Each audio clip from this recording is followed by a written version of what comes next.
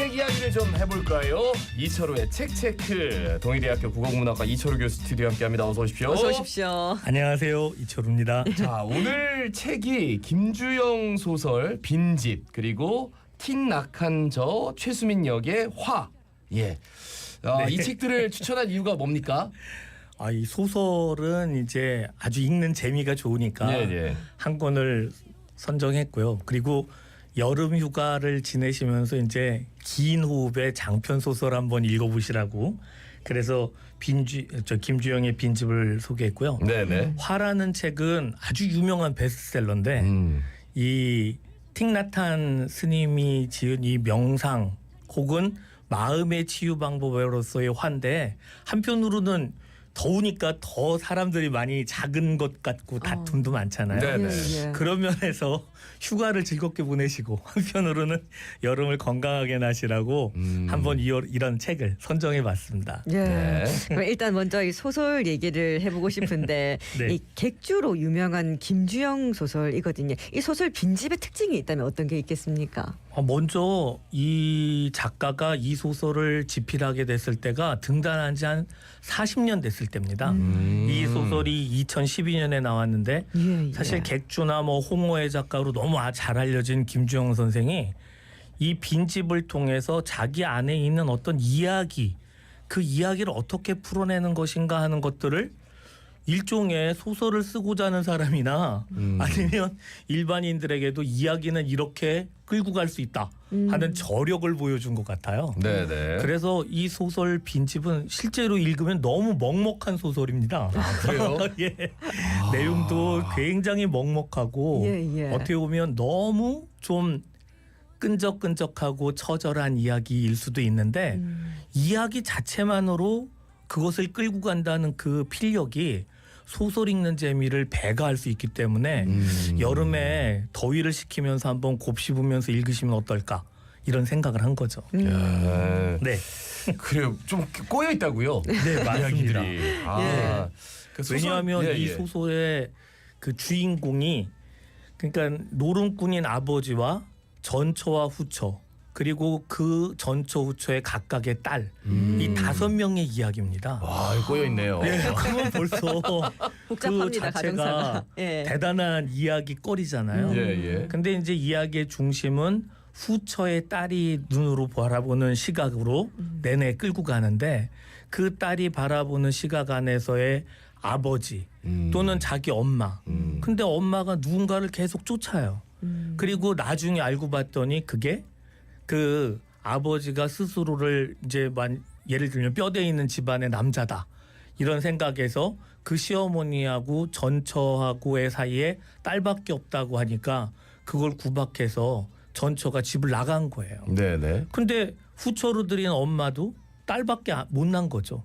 그 상황에 대한 그 딸이 아버지를 이해하고 엄마를 이해하고 또 집 나간 전처의 어머니를 이해하고 그리고 아버지의 죽음 뒤에 배다른 언니를 찾아가고 그 언니와의 짧은 만남도 역시 순탄치 않게 끝나고 그러니까 그러한 어떻게 보면 인간사의 내용으로 본다면 굉장히 먹먹하지만 한편으로는 그런 욕망과 욕망 사이 그리고 어떠한 무언가를 희구하고 갈증을 느끼는 사람들이 그 희구와 갈증을 추구하지만 정반대의 결과를 얻는 그러한 삶의 노정 같은 것들을 이렇게 연상하면 와 굉장한 얘기구나. 이거 요즘 비극이구나. 사람들은 잘 이해를 못 해가지고 그렇죠. 듣다가 책 막 던져버릴 수 있어요.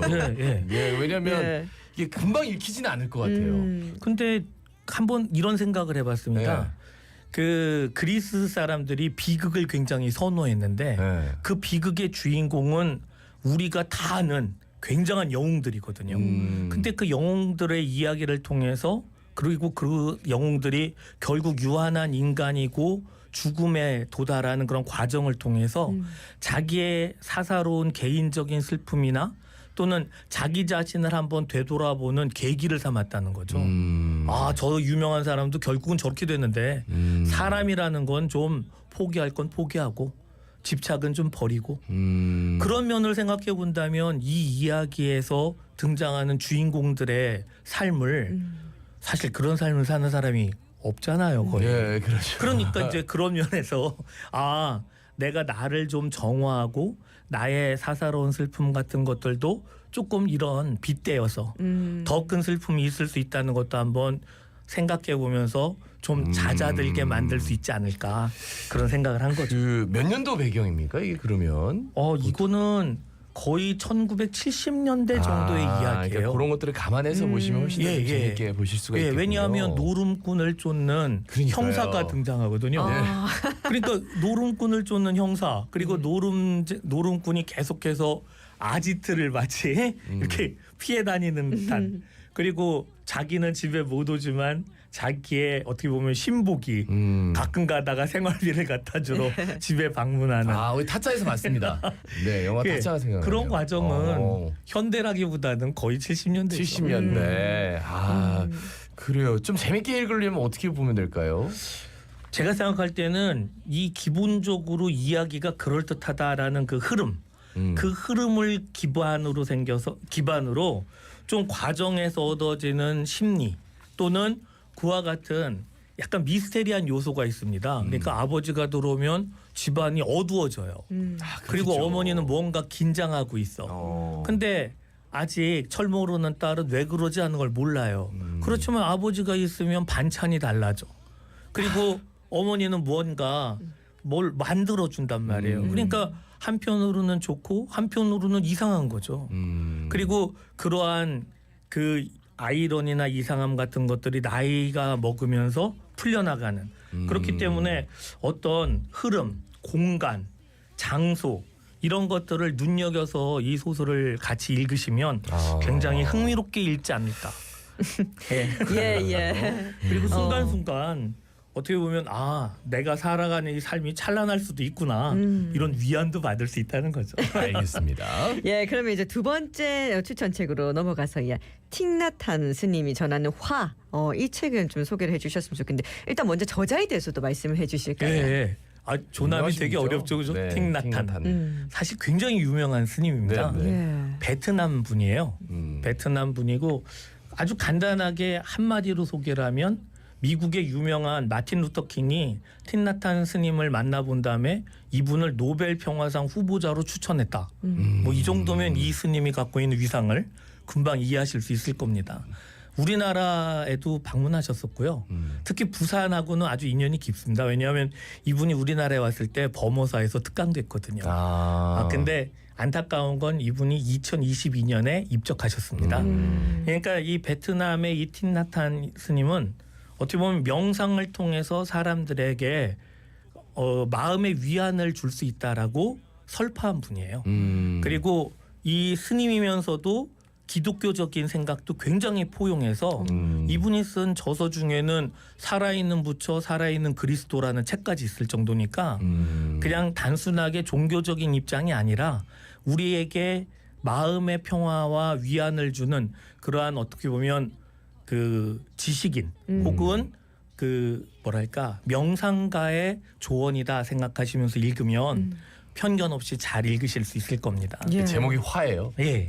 진짜 이 화를 다스리는 거 네. 그리고 화랑 이렇게 좀 친해지고 화를 어떻게 좀 안 내고 맞죠. 이런 것들이 굉장히 중요하다 하는데 그게 안 돼요. 예, 쉽지 않죠. 예. 사실 뭐 부제가 화를 다스려 마음을 평화를 얻자 이렇게 말을 하는데 그게 쉬운 일은 아니잖아요. 예. 근데 이제 이 책을 읽어보면 그런 화에 대해서 어떻게 우리가 대할 것인가 하는 자세 같은 것들을 배우게 됩니다.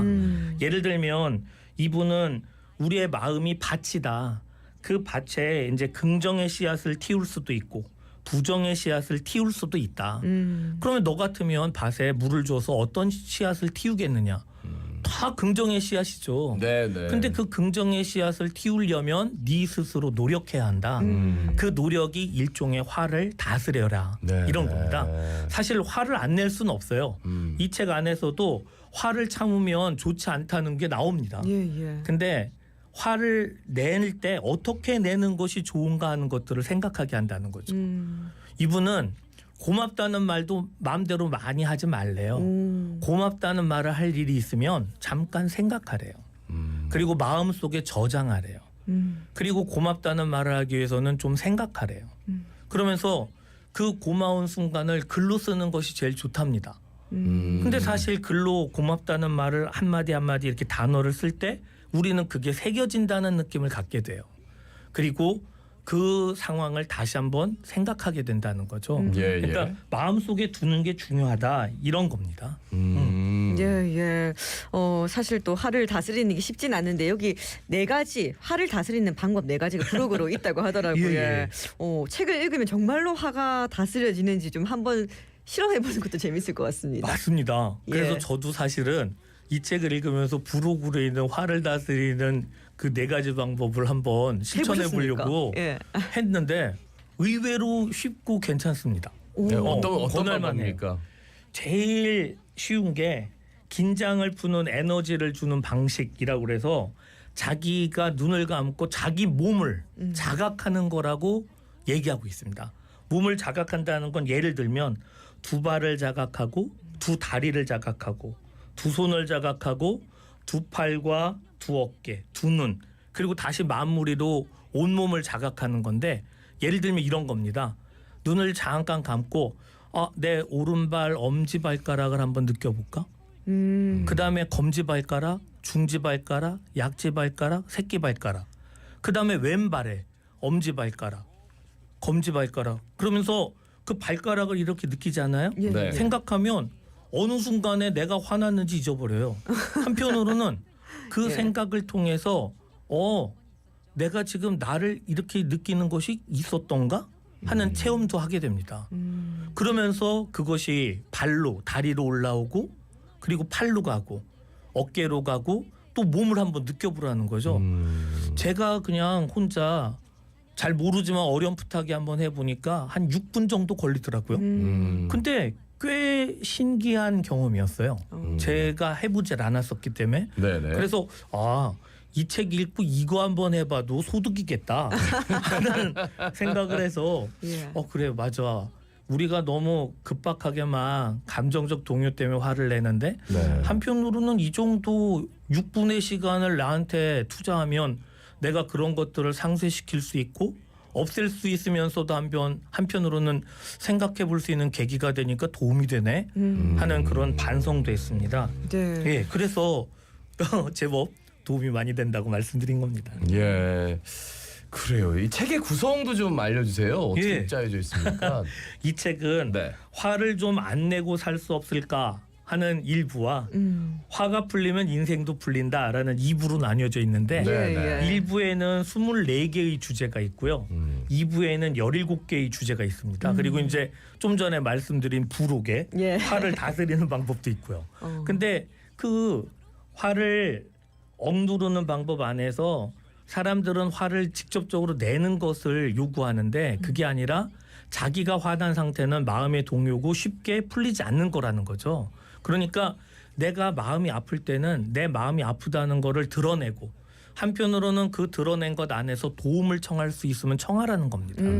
그리고 도움을 청하고 그것을 사람들에게 얘기하고 공지하면서 한편으로는 자기가 화난 주체의 사람에게는 편지를 쓰던가 말을 통해서 그런 것들을 해소할 수 있는 계기를 만드는 것이 중요하다고 말하고 있습니다. 예. 예, 그럼 마지막으로 화를 다스리기 위해서 당장 이 청취자분들이 할 수 있는 내용이 있으면 좀 알려주시겠습니까? 글쎄요. 좀 전에 말씀드린 대로 예. 화가 날 때 숨을 한번 크게 들이쉬고요. 금방 말을 쓰을 하지 마시고 3초만 참으세요. 할 말을 생각하라는 거죠. 예. 그러면 아마 틀림없이 조금 정리된 말이 나올 수 있을 겁니다. 네네. 그리고 왜 우리가 대화를 하면서 항상 후회하는 건 너무 쉽게 말을 했다가 말을 내뱉었다가 그걸 담지 못해서 후회하잖아요. 예. 그런 면에서 이 책이 보여주는 명상이라는 건 그래 한 발 뒤로 물러나는 거구나 하는 것들을 깨달으셨으면 좋겠습니다. 예. 2권의 책 김주영 소설 빈집 틱나탄 스님의 잘 들었습니다. 고맙습니다. 네, 고맙습니다. 감사합니다. 네, 동의대학교 국어문학과 이철우 교수였습니다. 자, 한 가지 안내 말씀드리겠습니다. 2024년 8월 26일 황령산 송신소에 전기설비 교체 공사가 있습니다. UHD-TV, DTV, DMB 방송 오전 1시부터 오전 5시까지, JFM, JFM 방송은 오전 1시부터 오전 4시 55분까지 일시적으로 중단이 됩니다. 예, 정비가 완료되는 대로 방송 서비스 빠르게